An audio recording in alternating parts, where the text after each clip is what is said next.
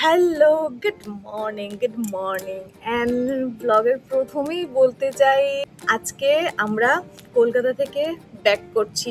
আজকে back to Agartala. তো যাওয়ার আগে সকাল সকাল উঠে এখন ঘড়িতে প্রায় 7টা বাজে। সকাল সকাল উঠেই ভেবেছি মাসির বাড়ির এখানে না একটা বিপত্তারিণী মায়ের মন্দির আছে, মন্দিরটা নাকি খুব সুন্দর। তো ওখানে আর কোনোদিনও যাওয়া হয়নি, তো ভাবলাম আজকে ওখানে যাব সকাল সকাল। তারপর এসে তো একটা তাড়াহুড়ো রেডি হওয়া, এই করা সেই করা একটা লেগেই থাকবে। তার আগে সকাল সকাল মায়ের দর্শনটা করে আসি।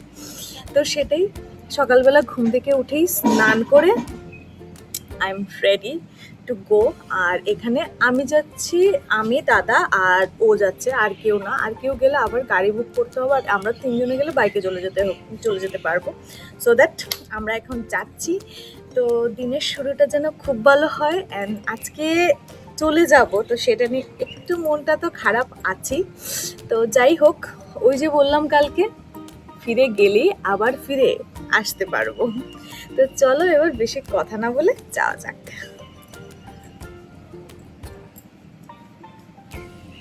Good morning. এত ঠান্ডা ভাই, আর আমি যে কিচ্ছু পড়ছি না। মেয়েদের ঠান্ডা লাগে।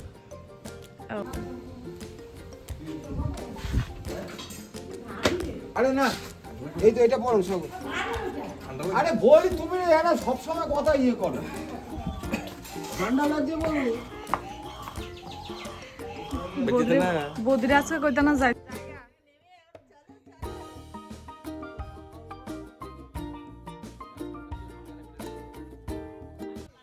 আমাকে জোর করে হেলমেটটাও পরিয়ে দেওয়া হলো। আসলে হেলমেট পরলে না, কানে পরলে খুব অসুবিধে হয়। তো যাই হোক, এখন চলো বেরিয়ে পড়ি। কলকাতার রাস্তাঘাট ফাঁকা দেখতে পাচ্ছ, কারণ কি বলো তো, ওই যে সকালবেলা। মন্দিরের ভেতরে কতটুকু ভিডিও নেওয়া যায় আমি জানি না, চলো দেখি।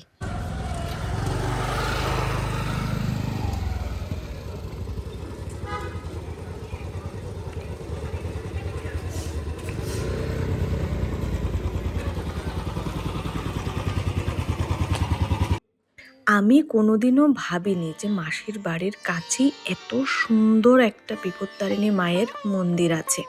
আসলে মন্দিরে ফটো কিংবা ভিডিও তোলাটা নিষিদ্ধ, আর তার উপর আমার ভালো লাগে না কোনো মন্দিরে উঠে ভিডিও করাটা। তবুও যতটুকু তোমাদেরকে দেখানোর আমার ভীষণ ইচ্ছে, ওই জন্যই জাস্ট ভিডিওটা নেওয়া। এখানে না বিপত্তারিণী মাকে সোনার গয়না মাথা থেকে পা পর্যন্ত পরানো আছে। খুব ভালোভাবে একে একে সকলকে বসিয়ে মন্ত্র পড়ানো হয় 3বার করে, তারপর ফুল দেওয়া হয়, আশীর্বাদ নেওয়া হয়। দাঁড়াও দেখাচ্ছি তোমাদেরকে। এই যে এখানে দেখছো সকলে বসে আছে, আর উনি মাইক্রোফোনে বসে কিন্তু মন্ত্র পড়ছেন।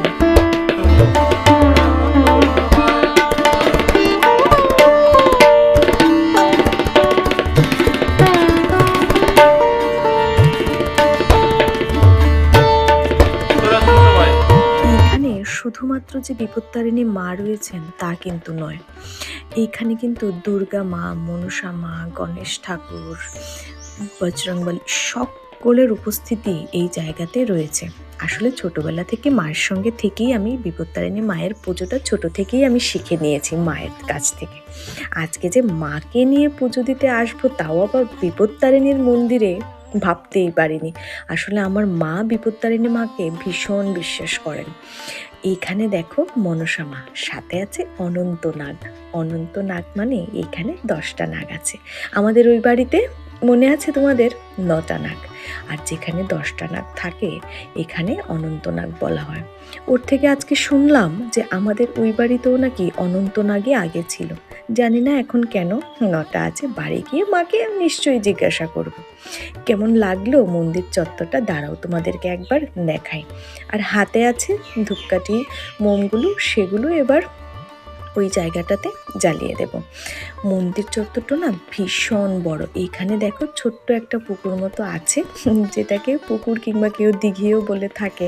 ভীষণ ভালো লাগছে। আর এইখানে না অনেকটা গ্রাম্য পরিবেশ, যেটা আমার কাছে ভীষণ ভালো লেগেছে।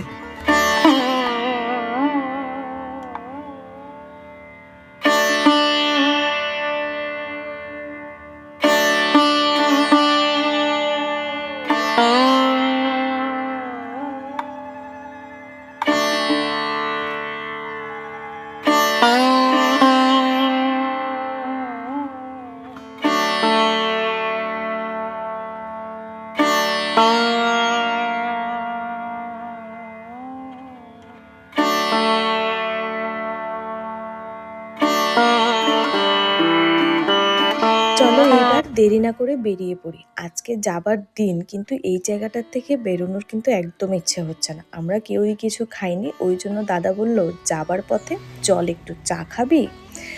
আর চাকে কি বাঙালি না করতে পারে, তাও যদি হয় সকালবেলা।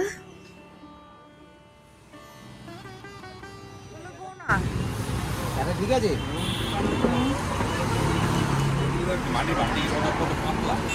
হ্যাঁ, আর আমরা এদিকে মাটির ভার কি ভারী।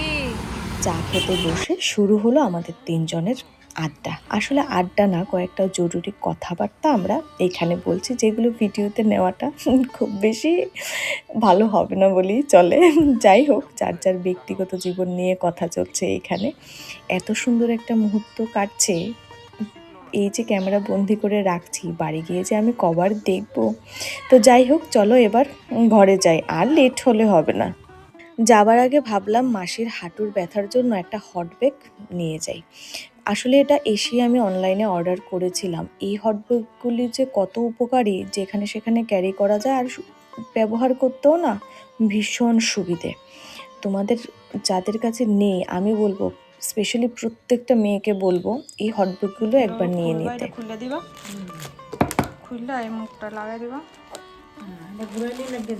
এবার ধর একটু গরম হয়ে গেছে গা, এবার এটা পায়ের হাঁটুর মধ্যে দিয়ে দিবা। অখন নাইটিটা উপর দিয়ে দেও, ধরবা। এটা আরো গরম হইব, বুঝছো? আরো গরম করবা, যত গরম করবা তত বেশিক্ষণ থাকবো জিনিসটা, বুঝছো? হাঁটুর মধ্যে ধরে রাখবা, দুটা হাঁটু। কেন তুই আনছো সেদিকে না? এবার হাঁটি ঢুকায়ও, তুমি হাত গরম করানোর লেগেও হাঁটি ঢুকায় বয়ে থাকতে পারবা।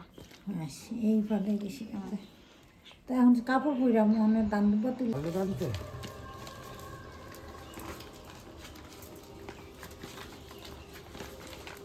আমার লাল বাগান বিলাস আইছে না। না না, ওকে আমি তার মধ্যে ওকে আমি পেমেন্ট কম দিয়ে এসেছি। আমি বলছি তোকে দেবো না, আর যদি গাছ না দিস দেবো না। এইখানে ওই যে কালকে দেখালাম যে যে গাছগুলো নিয়েছি, বাগানবিলাস, তারপর হাজারি গোলাপ, পেয়ারা গাছ, জামরুল গাছ, এই 4টে গাছকে ভালোভাবে দুলুয়াদা প্যাক করে দিচ্ছে। আসলে আমি বললাম মাটি যেগুলো আছে, যেহেতু এগুলোর ভীষণ ওজন হয়ে যাবে ফ্লাইটে, যদি রিজেক্ট করে দেয় তাহলে তো বাবারে শেষ। মাটিগুলোকে কেটে তার মানে কমিয়ে তারপর প্যাক করে দিচ্ছে। আর এইখানে বৌদিকে বলেছিলাম আমার জন্য একটু ঘুগনি রান্না করে দেবে তুমি, সেটাই বৌদি সকাল থেকে করছে। আজকে না বৌদি রান্না করে সকাল থেকে ব্যস্ত, আসলে আমরা চলে যাব তো এটা ওটা করছে। তো যাবার সময় দেখতে দেখতে ঘড়িতে চলেই আসলো। যাওয়ার সময় চলে এসেছে, অ্যান্ড আমরা ফুললি রেডি। এখন আর 1 মিনিটও দেরি করা যাবে না। আসলে যখনই মাসির বাড়ি থেকে আমরা যাই না, কিংবা মাসি, দাদা, বৌদি আমাদের ওখান থেকে এখানে আসে, তখন মানে চোখ দিয়ে জল আসাটা খুব স্বাভাবিক আমাদের জন্য। কারণ আমাদের মধ্যে এত ভালোবাসা, স্নেহ, আদর, কিছু জায়গাতে হয়তো কিছু গ্যাপও রয়েছে, সব কিছু মিলিয়ে না আমরা সবাই এই যে যাওয়ার টাইমটায় প্রচণ্ড ইমোশনাল হয়ে যাই। কেউ হয়তো ক্যামেরাতে দেখে কি মনে করতে পারে না পারে সেটা আমার জানা নেই, তবে আমি মন থেকে চাই আবার যখন আসবো এখানে, তখন যেন আরও কিছু খুশির খবর, আরও কিছু আনন্দের মুহূর্ত, আরও কিছু আনন্দ, আরও কিছু ভালো সময় কাটাতে পারি। খুব সুন্দর একটা, আমরা ভ্যাকেশনের জন্য আসিনি, মায়ের রিপোর্ট আর স্টেকেশন এই দুটোর জন্যই আসা। তো চলো এখন বেরোনো যাক। এই মুহূর্তটা যখন আসে না, তখন চোখের পাতা তো ভিজেই যায়, সাথে গলার স্বরটাও যেন আরও নরম হয়ে যায়। যাই হোক, ওই যে বললাম ফিরে গেলেই আবার ফেরা যায়। চলো এবার বেরোনো যাক। কালকে রাতের বেলা দুলু দাদার জন্য এই শার্টটা নিলাম, কিছুতেই নিতে চাইবে না, কিছুতেই না। চোখের আড়ালে নিজেকে লুকিয়ে নিয়ে গিয়ে তারপর এটা নেওয়া হলো। যতবারই নিতে গেছি বারবার বারণ করে। এখন বললাম যে এখন পরে দেখাও ঠিক আছে কিনা। আর এই হলো আমাদের দুষ্টু, আমাদের লঙ্কা রিয়ন বাবা। পিছনকে আদর করে একটু টাকা দিচ্ছে, বলছে যে তুই কিছু খাস, এটা আমি দাঁড়াও দেখাই। ও কি করে রাখে টাকাগুলোকে। ও না খুব ব্রিলিয়েন্ট একজন ছেলে, জানো তো, ওর ব্রেন খুবই শার্প। ও পড়াশোনার যে কোনো জিনিস খুব তাড়াতাড়ি ক্যাচ করতে পারে। আসলে গাইডেন্স পেলে সবাই ভালো পথেই যায়, এটা আমি বিশ্বাস করি। ওকে বললাম, বাবা তুই এটা দিয়ে কিছু খেয়ে নিস, তোর কিছু প্রয়োজনীয় তুই কিনিস এটা দিয়ে। বড় হয়ে গেছে এটা দিয়ে ও গিনিপিগ আরে কি, হ্যাঁ গিনিপিগ। যেটা ইচ্ছে তোমার সেটা কিনবে। হ্যাঁ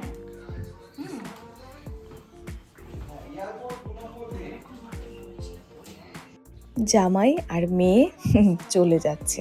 চলে যাওয়ার আগে মাসি একটু আশীর্বাদ ছেড়ে নিচ্ছে। আমার মাসি কিন্তু শুধু মাসি নয়, আমার মাসি কিন্তু আমার বড় মা। সত্যি আমার বড় মা, আমার মেজো মাসি মেজো মা, আর আমার 3 মাস, এটা আমি বিশ্বাস করি সবসময়। এই মাসের মতো, আমার 2 মাসের মতো যত্ন আমি আর কোথাও গেলে পাই না। তাদের মতো ভালো আমি কাউকেই বাসি না, সেটা আমি জানি।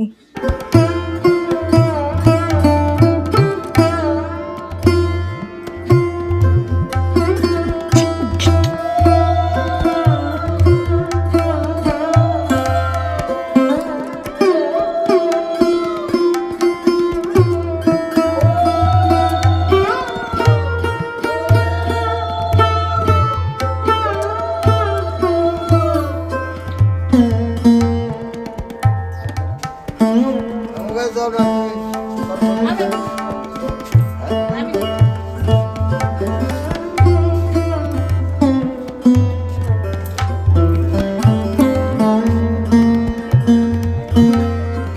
মাসি তো অঝরে কান্না করেই যাচ্ছে, আবার চেষ্টা করব খুব তাড়াতাড়ি আসার। আর আমি গিয়ে পাঠাবো মাকে। মারও মানে নিজের মা তো নেই, ওই জন্য বড় বোনই হলো মায়ের মতো। অনেক দিন ধরেই বলছে যে বড়দের কাছে যাব যাব। আসলে মায়ের আদরটা হয়তো আমার এই বড় মাসির কাছেই পায়। মাসির কান্না মানে কিছুতেই থামছে না, প্রত্যেকটি বার এরকম হয় জানো তো, প্রত্যেকটি বার। এই বিদায়টা আমার একদম সহ্য আমি করতে পারি না। মনের যেন কোনো কোণায় অঝরে কান্না করছে কেউ একজন। যাই হোক, তবে যেতে তো হবেই, যেহেতু এসেছি, ফিরে যাওয়াটা অনিবার্য। শুরুতে একটু ট্যাকেল করে একটু যেভাবে চলতে হয় চলিস, তারপর বাকি তুমি একটু বাইরের লোক একটু কথা কইও। যাও ঠিক আছে ভালো। আইলাম। যা আইলাম। যা ঠিক আছে।